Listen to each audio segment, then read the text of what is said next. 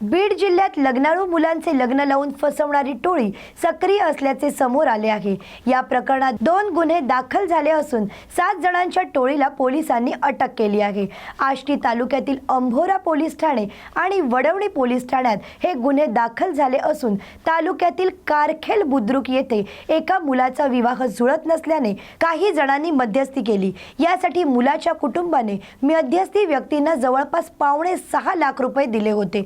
मात्र पैसे देऊन देखील नवविवाहित पती पत्नी सोबत राहत नाही ही बाब लक्षात येताच फसवणुकीचा प्रकार समोर आला आणि वर पित्याच्या फिर्यादीवरून अंभोरा पोलीस ठाण्यात गुन्हा दाखल करण्यात आला। तर आठवडाभरात असाच काहीसा दुसरा प्रकार वडवणी पोलीस ठाणे हद्दीत ऊसतोड कामगारांसोबत घडल्याचं समोर आलं।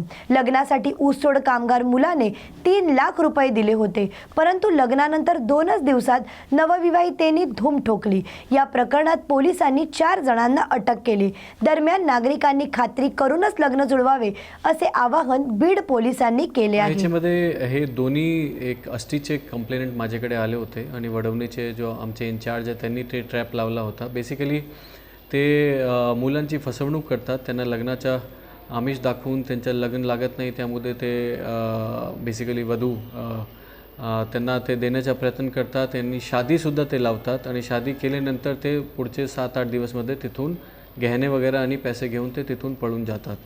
परत तुम्ही त्यांना ते काय शिकायत केली ते परत ते वेगळं सांगतात की ठीक आहे आम्ही दुसरा लग्न तुम्हाला लावून देऊ। त्याच्यानंतर परत हे जो फसवणूकचा प्रकार हे चालूच राहतात।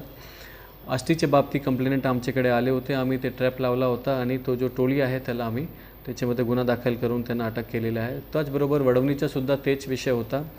तो ह्याच्या बाबतीत पोलिसांकडून एक आव्हान लोकांना हेच आहे की लग्न हे तुमच्या आयुष्यात एकच वेळे असते, तो त्यामुळे तुम्ही पूर्ण सूझबूझ करून पूर्ण खात्री करूनच तुम्ही त्याच्यामध्ये इन्वॉल्व राहायला पाहिजे।